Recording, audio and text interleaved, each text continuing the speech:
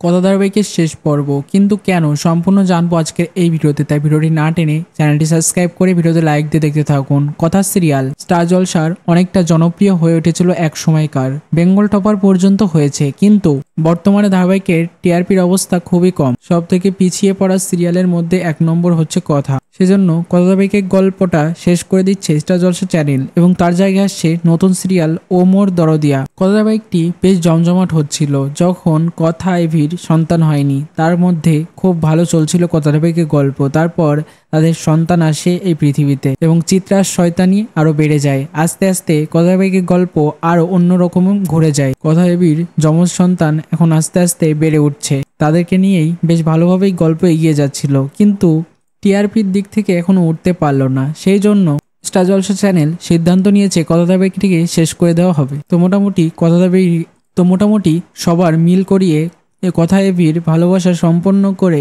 আগামী 6ই অক্টোবর শেষ পর্ব দেখা যাবে কথা ধারাবাহিকের গল্পে এবং চিরকালের মতো বিদায় হবে কথা ধারাবাহিকটি। তো কে কে মিস করবে কথা সিরিয়ালটি তা অতি অবশ্যই কমেন্টসে জানিয়ে এখনই সাবস্ক্রাইব করে নাও আমাদের ইউটিউব চ্যানেল। ধন্যবাদ সবাইকে।